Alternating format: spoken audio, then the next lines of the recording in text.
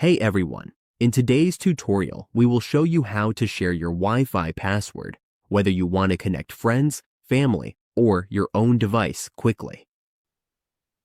On your mobile network dashboard, all we need to do is go to Settings. Once we are in Settings, we can see the Connections option.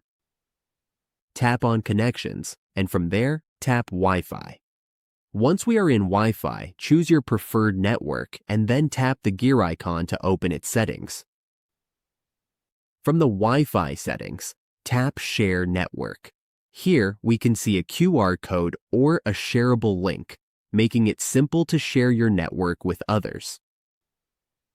All we need to do now is have them scan the QR code, or we can send them the link so they can join the Wi-Fi right away.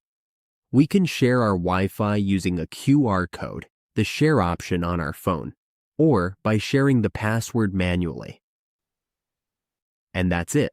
Now we know how to share our Wi-Fi password quickly and easily.